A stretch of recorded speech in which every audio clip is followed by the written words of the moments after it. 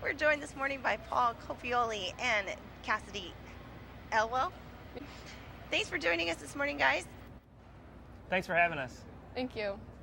So tell us about the competition that you guys are a part of today. Yep, so this is the VEX Robotics competition. It's a worldwide competition with 10,000 teams from 33 countries. We have the top 760 teams here competing in elementary school, middle school, high school, and university level competition. And by tomorrow afternoon, we will crown our world champions in each of those divisions.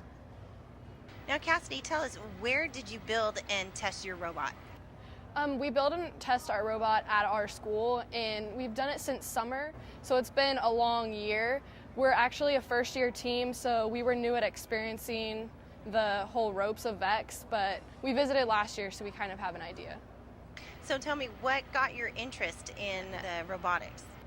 I'm in an engineering class at my school, so I got more interested in the engineering program, so we looked into VEX because I'm more into computer science and robotics, so it was an interest to me to try.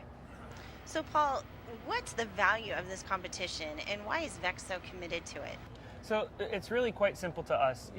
Years ago, you heard a lot of talk about how the United States was falling behind. The United States didn't have enough good candidates. Well, there was a lot of talk, but nobody was really doing anything about it. So ourselves and a couple of other companies decided to do something about it. So we did a lot of research and noticed that students and children love robotics, and pretty much everybody loves competition. So we took the two of those things and mashed them together and created a robotics competition where students could really see the relevance of math and science and technology from their classroom and how they could apply it to real world things. And let's face it, driving robots around and competing and doing it is pretty darn fun.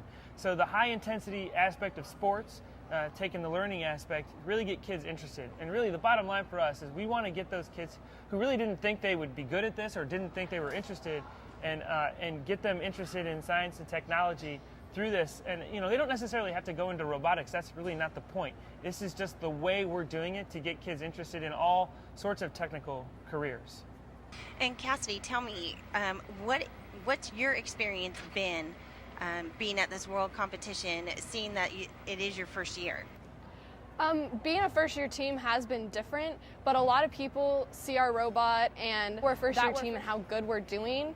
They represent that and they recognize it. So it's been a very interesting experience, especially meeting people from the 29 different countries here. There's so many different people with different languages, and we're having to find ways to communicate with them, which is definitely an interesting experience.